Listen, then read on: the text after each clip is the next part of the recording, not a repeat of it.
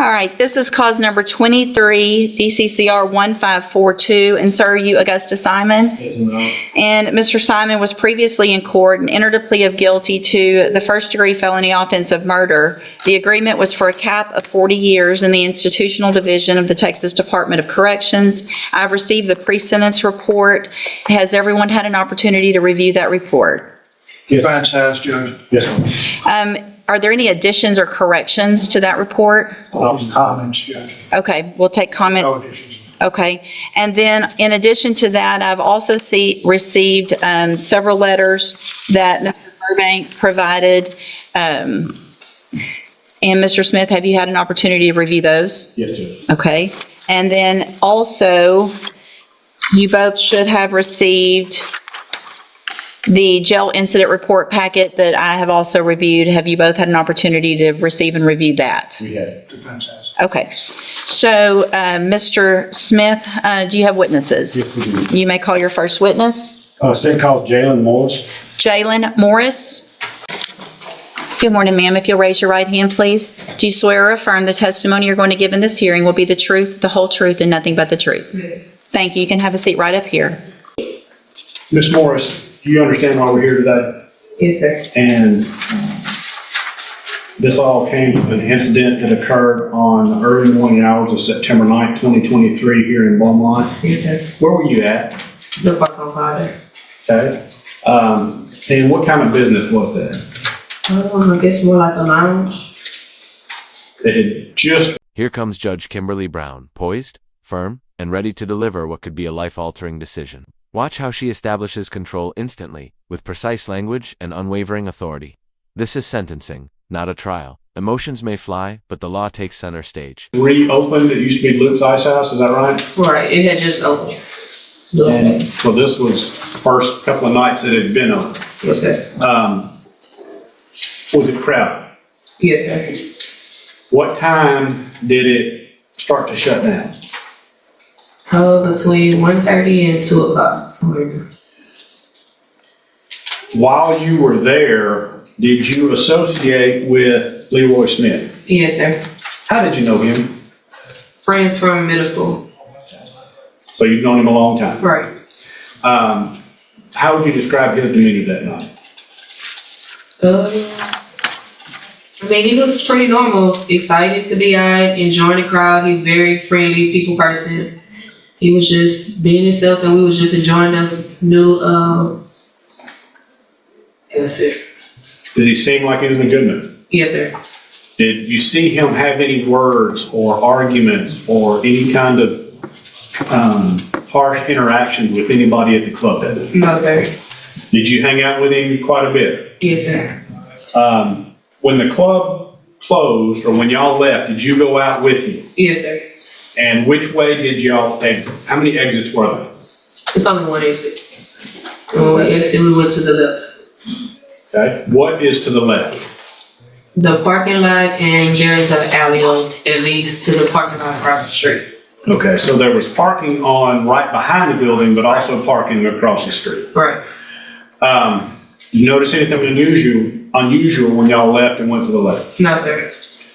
At some point, where were y'all going? He was looking for his ride. Y'all weren't leaving together, y'all just were walking out together. Right. Did he see his ride in that parking lot? No, sir. What did y'all do at that point? At that point, we came back across through the alley that leads to the parking lot. Okay. Going back like towards the actual parking lot. All right, everybody still in a good mood? Right. Were there a lot of people exiting at that time? I didn't hear you. Were there a lot of people exiting at that time? Yes, Was sir. it kind of crowded? Yes, sir. What happened next? Once we were walking to the alley, right before we got to the parking lot, that's when someone was walking towards us. And once he was walking towards us, no conversation, no nothing, it was just shots fired. Okay, now let's stop and explain that more for the judge. Were you paying attention to Leroy? Right, Was he paying attention to you? right. Wasn't having a word with anybody? No, And there are people walking kind of both ways? right, Somebody walks up to him and started shooting, correct, shot him. correct. Not shooting at anybody else, Nothing. not a random mistake, right? Right. Wasn't just shooting into the crowd. Directly at me. How close was he to him when he first shot? Like, hand to chest. So, Like, point right blank in my range. arm, right? Right. He was this close. Right. Did he say anything to him? No, sir. Did he just raised the gun and shot? Right. Anything? What did you do? I froze. Were you in shock? Very. Did, this was unexpected. Very. Did it look like Leroy expected or recognized this person? Not at all. Anything unusual happened when he shot him, other than the shooting itself? No, sir. Was he looking at Leroy Smith? Yes, sir. Did he say anything to him as he shot him or after he shot him? No, sir. Did he ever look at you? Yes, sir. When did he look at you? While shooting. So, Me and Lee. Now comes the defense, and it's a complete pivot. Instead of denying guilt, they humanize Augusta, childhood trauma, abusive relationships, mental health struggles. This isn't about innocence anymore, it's about mercy. But will the judge buy it, or see through it? We were side by side. how close were you to him? I mean, were y'all shoulder to Shoulder to shoulder? shoulder. And he walks up and just immediately shoots the guy standing just a couple of feet from you. Correct. And then as he shoots, did Leroy fall immediately? After the last couple of shots, he immediately fell. So when was Mr. Simon looking at you? While shooting him. It was, while doing it, he was looking at both of us. But it was like, once he fell, it was like he was just looking at me. 'Cause I was the last to see. What kind of look did he have on his face? It was like a stare in the eyes. Was it like did you feel threatened by him looking you in the eyes as he's shooting Leroy Smith? Well, of course, yeah, I was scared. And in fact, you're a little afraid to be here to testify today, aren't you? Right. After he shot Mr. Smith, what did he do? Took off running Which direction? towards the parking lot area that's inside the parking lot. So he ran, y'all were coming from that direction. Right, so he turned shoots around and ran. and then ran. What did you do? After that, I ran inside to notify somebody, and by that time, that's when the police were walking up to the area. Did you ever see Leroy Smith talking to Augusta Simon that night? No, sir. Did you ever even notice Augusta Simon until he walked up and shot Leroy Smith? No, sir. Was this, in your mind, unprovoked? Yes, sir. Yes, it is. Thank you. Mr. Burbank? Morning, Ms. Morris. Good morning. I just have a couple of questions. During the investigation, there was evidence that said that Mr. Simon and the victim had some words inside the club. You didn't see that, did you? No, sir. And basically, the words were that in reference to Mr. Simon's uncle that had just been shot and killed. I don't object to anything that would, that being hearsay.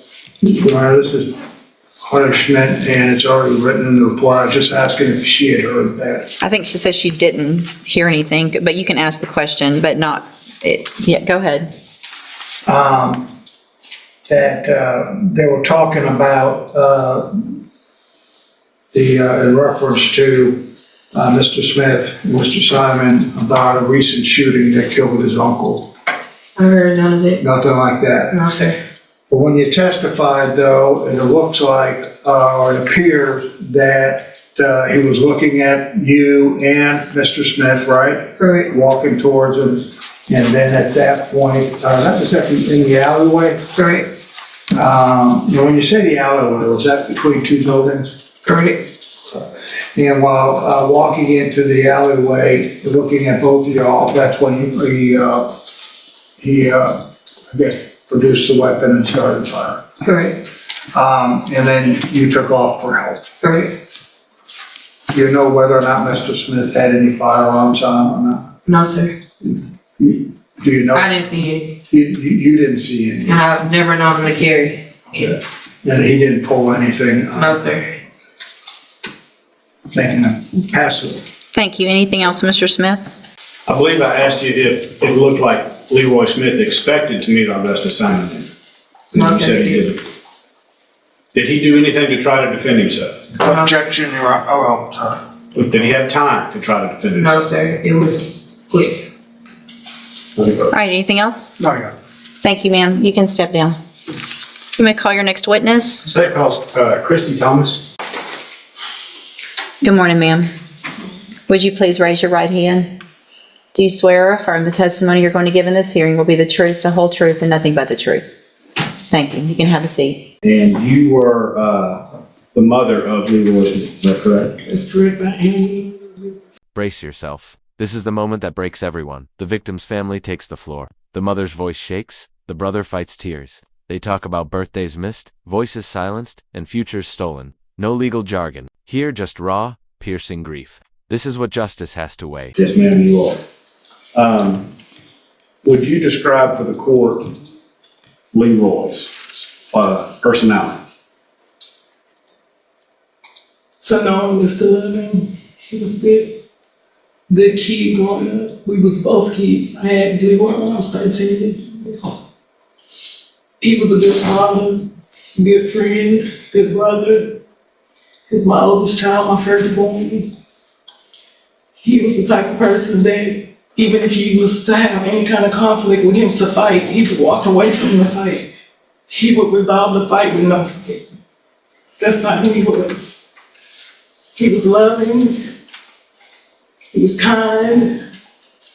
He was a good all-around person. Was he a gentle soul He was a gentle soul. who wasn't combative? He didn't fight, didn't fist fight, He didn't fist fight. argue? He might have argued, but we're not all perfect. I mean, he probably would have argued with you, but he would have never started a conflict. It might have been an argument over something y'all might disagree with, but it would have never been a fight behind the argument. You couldn't see him putting hands on somebody for just what they said. No. That's not a record that could have say he's even fought. He hasn't. He doesn't have fights. He doesn't physically have altercations like that. He would walk away from an altercation before he would fight somebody. What was his family life like at the time that he passed? He's the father of 6 children. He was in school and he worked. He had his own little business, a small business, a pressure washing business. So his family life was home with his kids and his children and out with his friends. That's it. And he was 29 years old? No, my son was 30. He was 30. He was on his way to be 31. Did he do everything he could to provide for his kids and take care of them? He did. And he worked at pressure washing. So Yes, and he worked in the plant too because he was going to school to be an engineer where was he going to school at? in Lamar.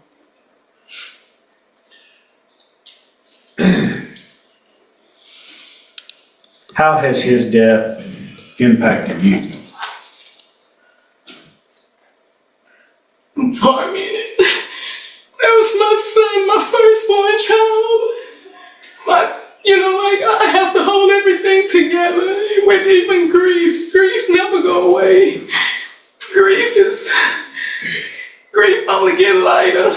It's heavy. But my children took it very hard. That was their big brother. His children, I have them all the time. They suffer even with nightmares. About their dad being gone. They don't understand. It's not easy when you lose a child. It's very hard.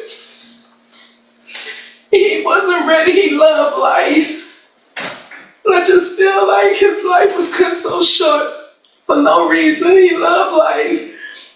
I can't even see him in agreement with the fact that he's gone, we can't help it. When we gone, we gone. But I just know that he wanted to live. He didn't want to die.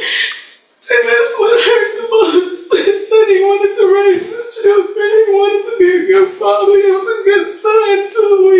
He called me every day and asked me how I was doing. We had a really good relationship. He was very humble. A humble person, period. And a forgiving person too. Thank you. Any questions? Ms. Thomas, I'm sorry for your loss. No questions, Judge. Thank you, Mr. Burbank. Thank you, ma'am. You can step down. State call Scager Smith. Good morning, ma'am. Please raise your right. Let's break this down legally. Augusta's life sentence without parole reflects the severity of premeditated murder under state law. With no plea deal and no mitigating circumstances strong enough to sway the court, the judge followed the letter and the spirit of the law. Justice by statute. Hand. Do you swear or affirm the testimony you're going to give in this hearing will be the truth, the whole truth, and nothing but the truth? Thank you. You can have a seat. And how were you related to Leroy Smith? It's not really good. How was your relationship with him? Everything. Everything. That was my big brother. I watched him do everything first. I watched him graduate first. I watched him go to college. I watched him do everything first. So that was my motivation. Did he give you a good example? Yes, of the he way did. he lived his life? Yes, he did. Did you try to emulate the things that he did? Yes. How has this affected you and your family? It has affected us mentally, spiritually, and emotionally. He is not here. My brother is not going to come back. And at the end of the day, when you're going through something like this, it's not a time limit. We grieve every single day. It don't matter how long ago it feel like it just happened to somebody else. It seems like it just happened to us. And when you grow up with somebody every day in your life, you know, like a sibling relationship, that's one of the most greatest relationships. Our parents kind of joined us a little too late, you know, but when you grow up with somebody every single day in your life, and they just took it, it's not right. So yes, it has a tremendous impact on us. And I'm an officer for the state of Texas too.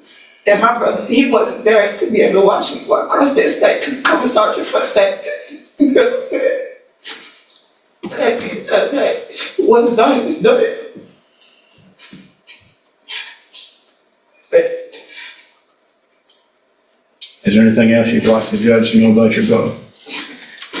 he was an amazing person. He loved his family. He loved his kids. Yeah. He got 6 kids that's here by himself. He was the #1 provider for them. My brother had a pressure washer business and he was in school. He had a whole life to live. He still has so much greatness to do in this world. Ain't nobody God. You're not God to determine whether you're going to give somebody life or take life away from them. His journey, his path that God still had of his life, it was cut short.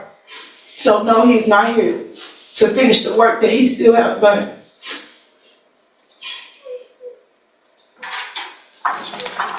Thank you. Mr. Burbank, anything of this witness? Again, Ms. Smith, I'm sorry for your loss. Thank you, ma'am. Question. You can step down. Go ahead, Judge. Yes. Thank you. Any witnesses, Mr. Burbank? I call Mr. Simon. Mr. Simon? Mr. Simon, be sure and speak loudly and clearly and into that microphone so everybody can hear you. Go ahead. The police report for the record again. Could you state your name? Augusta Simon. And make sure you speak up, Augusta, okay? Augusta, you were present or you pled guilty to this offense, is that correct? Yes, sir. You accepted responsibility Yes, sir. and didn't put the state to a trial, correct? No, sir. Yeah. During your interview, you used words like it was a mistake, that you shouldn't have done what you did. Can you explain what you mean by that it was a mistake? I took actions and I just made a mistake, and I do apologize to the family for what I did. And I wish things would have turned out different. I do sincerely apologize. Well, you had a gun, right? Yes, sir. had been drinking, as reported in your PSI report, and also smoking marijuana. Think it was the best decision that you made in order to carry a firearm when you were partying? It's the worst decision I ever made. Now you realized what your actions did in reference to what happened to Mr. Smith's family. 6 kids, loving family, sister, her mom. What do you have to say to that? I just really want y'all to know that I apologize.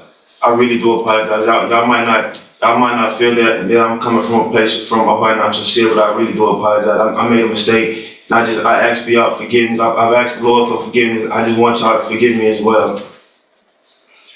One of the things too, kind of shifting gear, Augusta, is that though this is a cap, and we would ask for some consideration included in the PSI report, which will probably be addressed, you've been written up to the Jefferson County Jail for violations, right? Yes, sir. Fighting, disrespect to the guards. Yes, sir. And where you were you mainly in the same dorm there? Most of the time. And how many people usually were in the dorm? It's about 50 of us. Things not always good. There's no way to tell what's gonna happen the day when we wake up.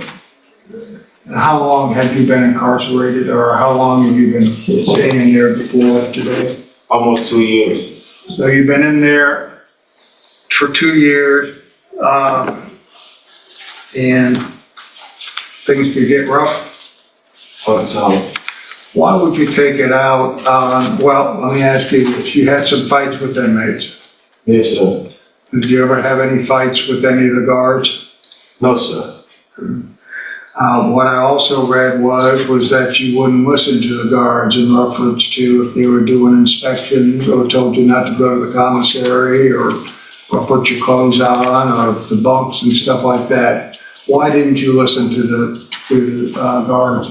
So sometimes I got a lot weighing on me, like with the choices that I made in my life. And so it's some days I just wake up and I just don't be in the mood to deal with nobody.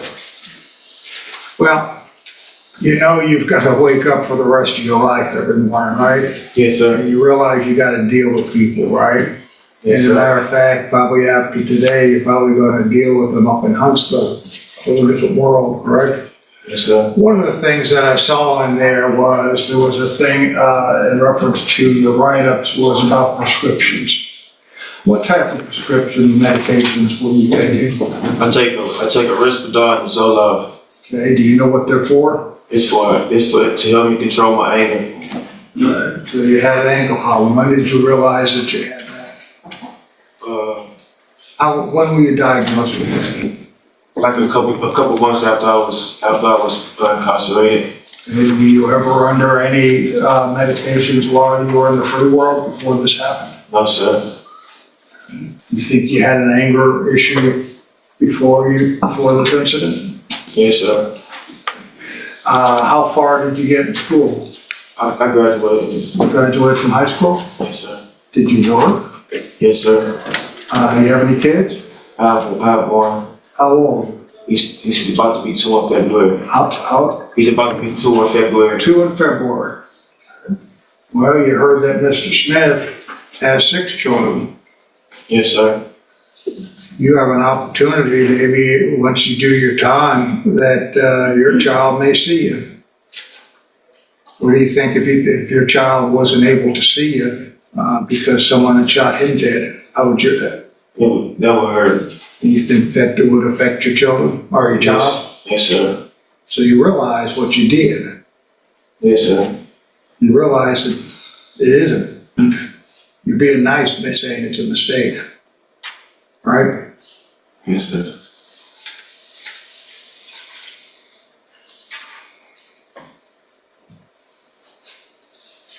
Your Honor, I'd ask the court to take judicial notice of the letters that we provided from the family, and I pass the witness. Thank you. Mr. Smith?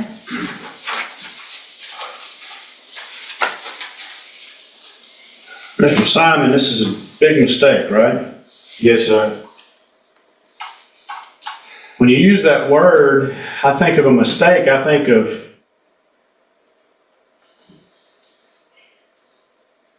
I went to get a haircut, and I parked, and there was a brick plant, and I parked outside of this plant, and there was a car parked up there, and they went to back out, and I thought, surely they'll see my truck. It's tall, it's way over what they're gonna be able to, they can't miss it. 17-year-old kid backs out of that spot directly into my truck.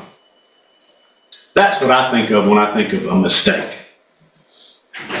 A mistake is not pulling out a gun, shooting an unarmed man who hasn't said or done anything to provoke you. That's not a mistake. That's murder. Those words start with M, but they're completely different things. If I took out my gun and I shot your son for no good reason, what do you think should happen to me? Oh, yeah, I don't even know. Do you think I should just call it a mistake and brush it off? Learn from it? Grow? Everybody got to learn from their mistakes. Right. You don't think I should be punished? Never said that I shouldn't be punished. What should I receive if I did that to your son? There's not my choice to make. Do you think 5 years would be enough? Okay. You think 10 years would be enough? Once again, it wouldn't be up to me. It's not a choice for me to make. What number would make you happy? I don't have the number. You don't have much respect for the guards at the jail, do you? I do respect them. Do you? Yes, I do. When they tell you to get out of your bunk so they can search it, and you tell them, I'm too comfortable to move, I'll search my bunk for you. Is that you just being convenient? Is that you being helpful? No, sir. No, it's not. When they tell you to not use the microwave, not use the phone, if you want to do it, you're going to do it no matter what they say, aren't you? No, sir. You sure? Positive. March 11, 2025. Not following oral directives to remain on their bunks. Simon began arguing with me and said he was not going to rack up and that he was going to continue to use the phone and microwave. I told him the day room is closed. He continued to argue.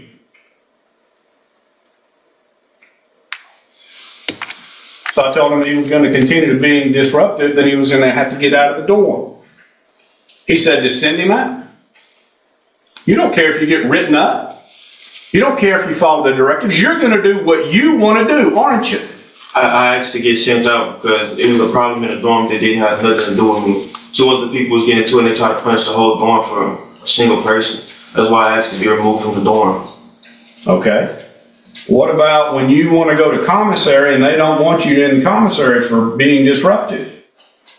It was no good reason for them not to send me to commissary. Bitch, I'm not going nowhere until you send me outside or call the lieutenant. This dumbass bitch stopped me from going to commissary. I don't remember those comments. Well, the guard did because they wrote it down in your report. They can write anything down in the report. Right. So they're making this up. You didn't say that. I don't remember. I don't even know what you're talking about. February 26, 2025. January 31st, 2025. Don't care about no damn write-up. I don't care. Walked out of the dorm. You're going to do what you want to do. You don't have any respect for authority or property or hurting other people at all, do you? I do. Then why does your conduct disagree with that? Like I said earlier, I have a problem with my anger. I can't always control my anger, and sometimes my anger just gets the best of me. pretty often and undeservedly, right? Nothing further, Your Honor. You can have a seat. Defense press. Thank you. Any other witnesses, Mr. Smith? No. All right, argument, Mr. Burbank? I would make one comment, Your Honor, in reference to the Jefferson County write-up in jail. I would ask the court to take into consideration, and I would agree that people that are in custody must obey their supervisors and must obey their rules. But also, Your Honor, I know is well aware of the overcrowdedness in the jail, and when you put 50 or 60 people in one room, under circumstances that range anywhere from murder on down, sometimes those individuals' intentions and everything get the better, especially when authority tries to come in. Last week, I was in a murder trial, and there was a guard that came out and testified and was physically assaulted in there by an individual I represented. I would ask the court to take notice that there is no physical altercation in reference to that guard, and thankfully there was not. This was just disrespect, and as if you look at those write-ups, Judge, it was commissary, which is treasured in the jail, though it does not call for being disrespectful. But I would also point out to the court that it is a different world in which those people in jail, especially if they're incarcerated for a year, 2 years, 3 years, and up to 4 years in jail, being caged up in one facility waiting for their time in court. Though it was through their actions, Your Honor, that put them there. Sometimes the wheels of justice, as you know, is slow. From the very beginning, and as you read into the PSI report, and especially in reference to the recommendations, which I believe is on the last page, which is page 4, in which I was not present for the report, Your Honor. Said that during the interview, he said his mistake, and he noted and sought forgiveness, indicating repentance. Had some feelings in reference to what he'd like to do after he was punished by trying to be a role model, and that, it should never have gone that far. I would ask you to take all that into consideration, Judge. I know that you have a family that's hurting in reference to a loss, and I know, as we all know, that his children will never be able to say hi or goodbye to their father. He has a child, and maybe someday after this is over with, he can put those words into, I hope, he will put those words to good use and try to get, repent or do something productive with his life. Thank you, Your Honor. Thank you, Mr. Burbank. Mr. Smith? Judge. You know just as well as the rest of us that verbal provocation, no matter what was said, could not rise to the point of pulling out a gun and taking somebody's life. He is not the judge, the jury, or the executioner. He was that night, but only because he has a lack for authority and impulse control problem.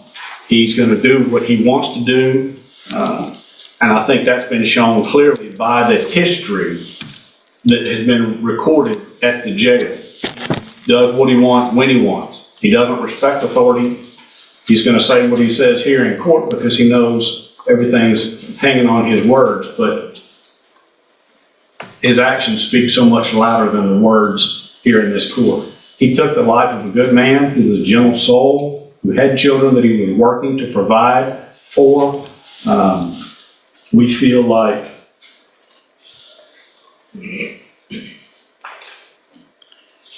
even the words that he said, that Mr. Smith supposedly said, doesn't come out as a direct threat. Said that Mr. Simon? Mr. Simon said that He would die I'm sorry, like his uncle, or he Smith. might die like his uncle, who was apparently shot. That might have been in the context of, if you don't change your ways, if you don't grow up, you're gonna die just like him. He was obviously carrying a gun that night. He chose to make a terrible decision, not a mistake. It was an intentional act to pull out that gun at point blank range and shoot several times to end his life, while he looks into the eyes of Jalen Morris, who was standing right next to him. The next thing he does is he gets into a car, gets into a high-speed chase from the police. He jumps out of the car. He throws the gun, trying to get everything away from him, and then runs from the police until he's tackled. His actions speak so much louder than words. We ask that you sentence him to 40 years in the institutional division of Texas Department of Corrections. Thank you, Mr. Smith. Mr. Simon, first I want to thank all of you for being here from Mr. Smith's family. Mr. Simon, Mr. Burbank has done an excellent job for you, because 40 years is probably not enough. But I understand why people make decisions, and I understand why this has been offered, and it saved people from going to trial. And I appreciate that you did that, and I'm sure they do somewhat. But any kudos you get for not going to trial, you got for that 40-year deal. Your lack of respect for any rules, for any authority, and for human life is just unacceptable. All of you kids running around thinking carrying guns and just shooting is the way to resolve anything is unacceptable. It's crazy. It's like the Wild West out there. I'm going to carry a gun. I'm going to go to a bar. I get in a beef with somebody. Let's just kill them. This wasn't just a courtroom case. It was a battle over morality, mercy, and the meaning of justice. What do you think? Was this sentence fair? Should Augusta have received parole eligibility? Let us know in the comments, and don't forget to like, subscribe, and share if you want more real courtroom breakdowns like this one. Until next time, stay informed, stay sharp. Let's just shoot up the whole place. I mean, it's crazy. And if you were really sorry and you really want to be a role model, then I would not have 12 pages of this nonsense of what you've been doing in our jail. And I know you've probably heard from the other ones that are coming back from court how upset I'm getting over this, because these people are just going and trying to do their job. They go to work every day and they have to deal with the stupid crap y'all are giving them. The names, the disrespect, the I don't have to do anything. It's ridiculous. I'm going to find that you entered your plea of guilty freely and voluntarily, find sufficient evidence to find you guilty, and at this time find you guilty of murder, sentence you to a term of 40 years in the institutional division of the Texas Department of Corrections. You do receive credit on that sentence for any time that you've been in custody that the law gives you the right to receive. I'm going to hand you two things. One is your certification of right to appeal. This is a plea bargain. I followed it, so you cannot appeal and change your mind after today. I'm also handing you a written admonishment regarding your ineligibility to possess a firearm or ammunition. You're still young enough to where on this sentence you'll be out at some point probably, unless you get yourself killed in prison for acting like you've been acting in jail. But if you do what you say you do and you try to get right and you get out, you will not be able to possess a firearm because of this judgment. And if you do, charges could be filed against you. Firearm is a legal term. You should read that written admonishment I provide you to see what devices qualify as a firearm. If you have any questions about that, you can talk to Mr. Burbank.